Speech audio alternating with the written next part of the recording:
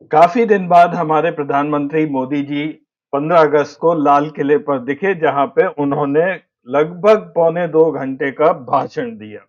हम सब लोगों की इस बार उम्मीद कुछ ऐसी थी कि शायद मोदी जी कुछ अलग तरह का इस बार भाषण देंगे, क्योंकि उनके पास इस बार पार्लियामेंट में मेजॉरिटी नहीं है और सबको साथ लेके चलना है। तो ऐसा माना जा रहा था कि इस बार प्रोपेगेंडा थोड़ा कम रहेगा, लेकिन ऐसा हुआ नहीं। हम सबको निराशा ही हुई उनका भाषण सुनकर। 2-3 राज्यों के चुनाव अब सर पर हैं, लेकिन इस बार मोदी जी आपको चुनावी प्रचार करते नजर नहीं आ रहे हैं। लेकिन जब वो भाषण दे रहे थे तो दिमाग में कहीं ना कहीं झारखंड का चुनाव की तो बात चली रही थी। उन्होंने झारखंड के ट्राइबल एक्टिविस्ट, जो बहुत ही फेमस एक्टिविस्ट रहे हैं, अंग्रेजों के खिलाफ लड़े थे, बिरसा मुंडा जी का जिक्र किया। और उन्होंने बिरसा मुंडा जी को भगवान बिरसा मुंडा कहकर एड्रेस किया।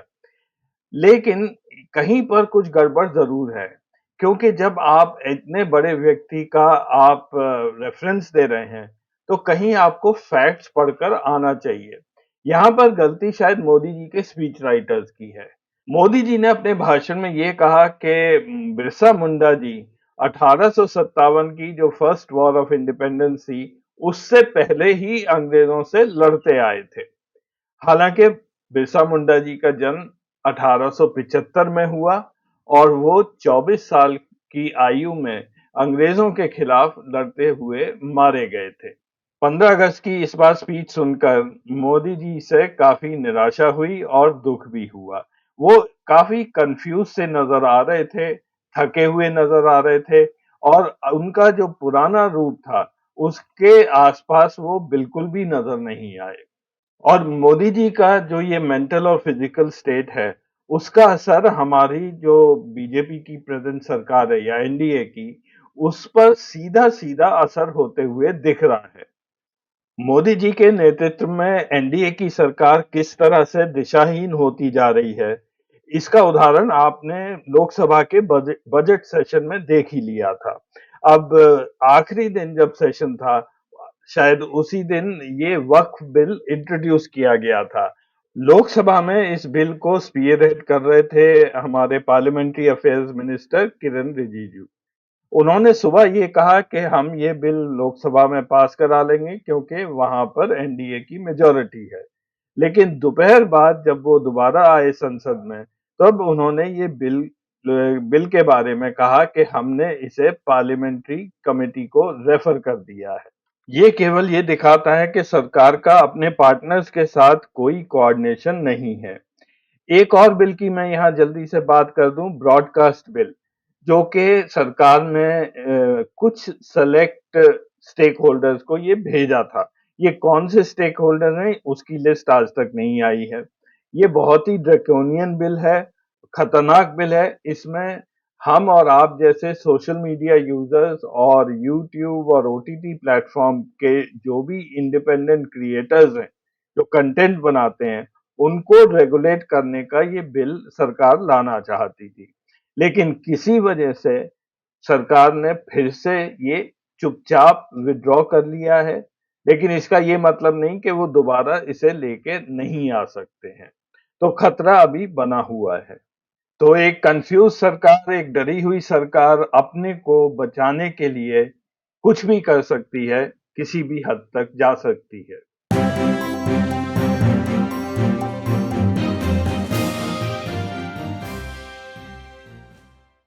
नमस्कार। ये डेटा क्या कहता है कि एक नए एपिसोड में आप सब लोगों का स्वागत है। मैं हूं अजय प्रकाश। आज के इस एपिसोड में मैं दो चीजों का उल्लेख करूंगा। सबसे पहला है कि महंगाई को लेकर, खास करके जो खाद्य पदार्थों पर जो महंगाई आजकल चल रही है, उसको लेकर मोदी सरकार कितनी परेशान है। वो इतनी परेशान हो रहे हैं कि वो महंगाई को नापने का फॉर्मूला ही बदल देना चाह रहे हैं, और वो भी चुपचाप, बगैर किसी को बताए हुए। जब नेता या लीडर कंफ्यूज हो जाता है, तो पूरी गवर्नेंस डायरेक्शनलेस हो जाती है। इसका एक सीधा उदाहरण है हमारा रेल मंत्रालय। मैं उसका भी आज आपको कुछ डेटा दिखाऊंगा, जिससे आप खुद ही समझ लेंगे कि रेल मंत्रालय आज उसकी क्या हालत हो गई है। और 17 अगस्त को जब मैं ये प्रोग्राम रिकॉर्ड कर रहा हूँ, तो अभी हाल ही में फिर से एक खबर आई है कि कानपुर के पास साबरमती एक्सप्रेस डिरेल हो गई है। 7 अगस्त 2024 सीएनबीसी टीवी 18 पर ये ब्लूमबर्ग की खबर है। शायद आप में से ज्यादा लोगों ने ये देखी नहीं हो या ध्यान नहीं दिया होगा।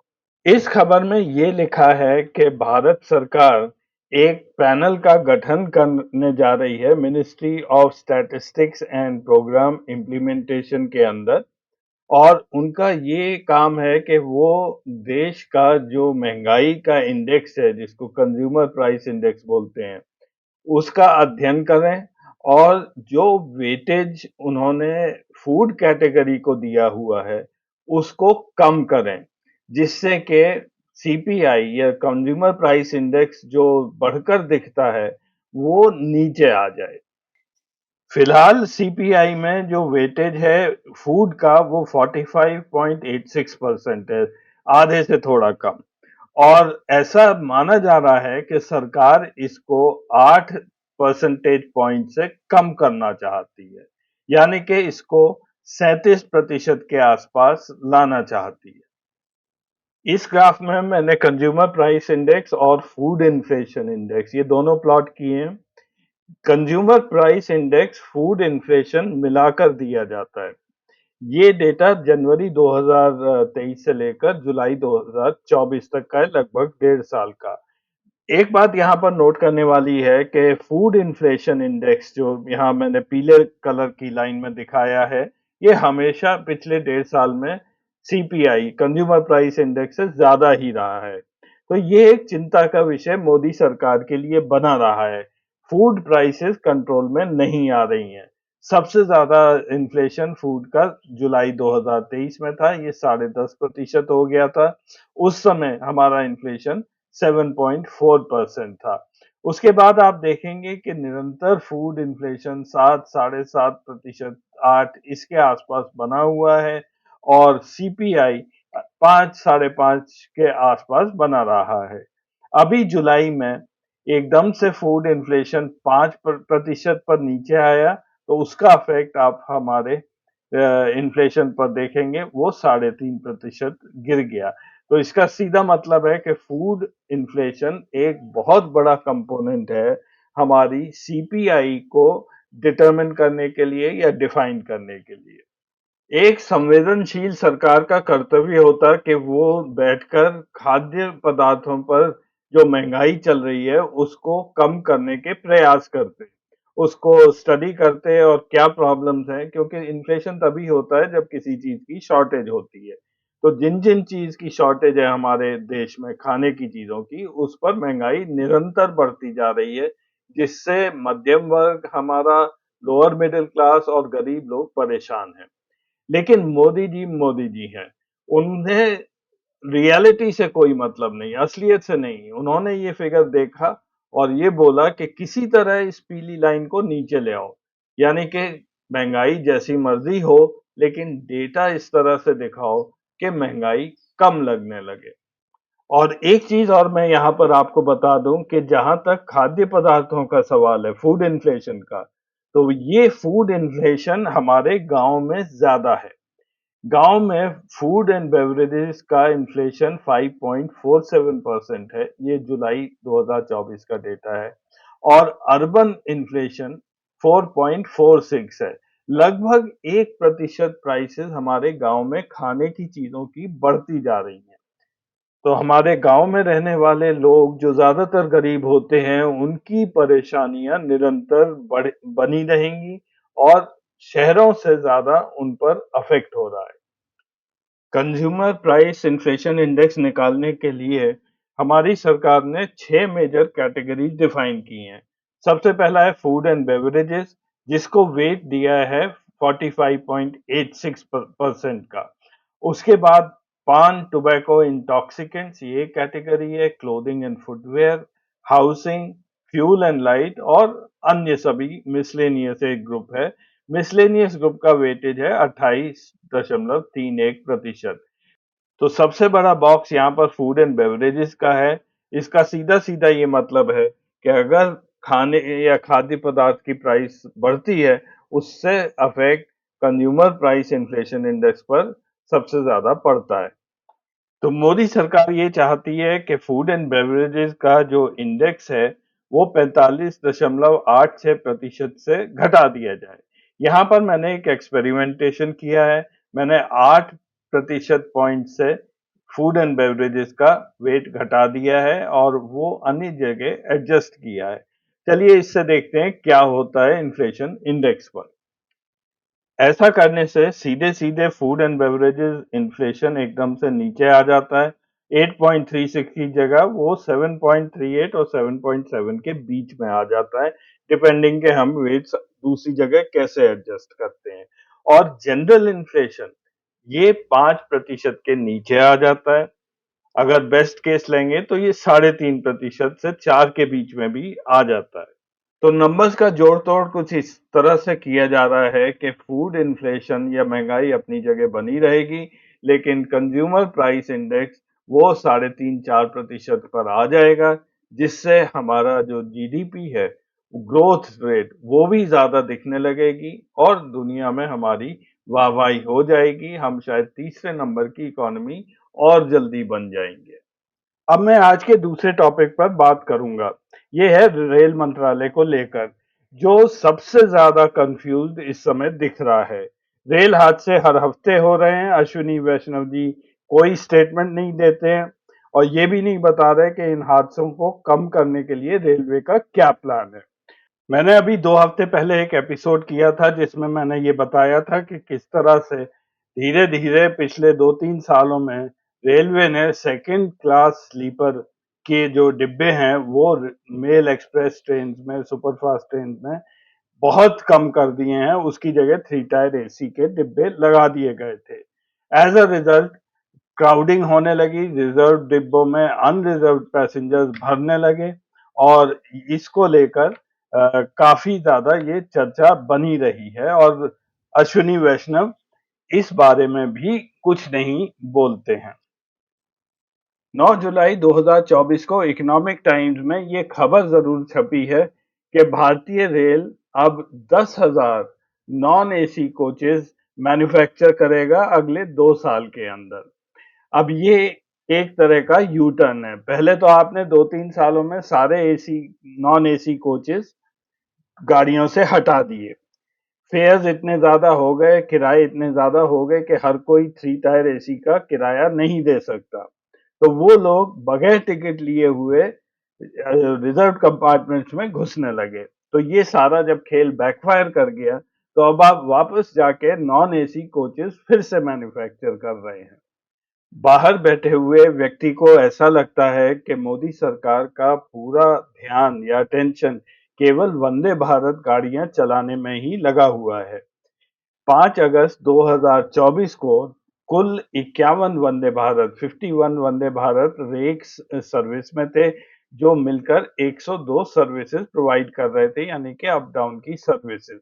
पहली वंदे भारत ट्रेन आपको याद होगा पर 15 फरवरी 2019 को चली थी दिल्ली और वाराणसी के बीच में और प्रधानमंत्री ने उसका इनॉग्रेशन किया और उसके बाद हर वंदे भारत ट्रेन का प्रधानमंत्री ने इनॉग्रेशन किया।